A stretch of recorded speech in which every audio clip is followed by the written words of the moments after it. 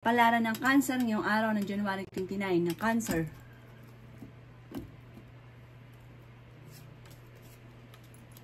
Yan, sabi po dito na i-release nyo kung ano nagpapabigat sa inyong kalooban. Marami ka daw po, parang marami kang kinikimkim sa inyong kalooban, na ito rin na nagpapabigat sa inyong pong kalooban. Sinasabi rin po dito na maaaring kayo daw po ay yung malakas ang kumpiyansa ninyo sa inyo pong sarili. Parang may mga tao na parang niinis sa inyo, may parang nayayabangan.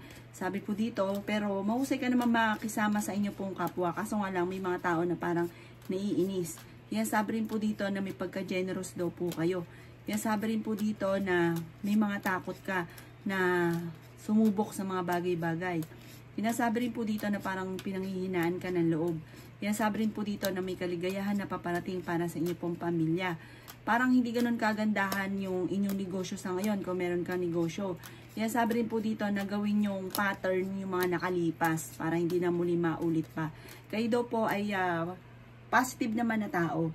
Sabi po dito, kayo daw po ay may swerteng paparating. May magbubuntis daw po na Cancer. Sabi po dito, swerte ka rin sa inyo pong mga anak. Mabuting tao daw po kayo at mapagmahal din sa pamilya.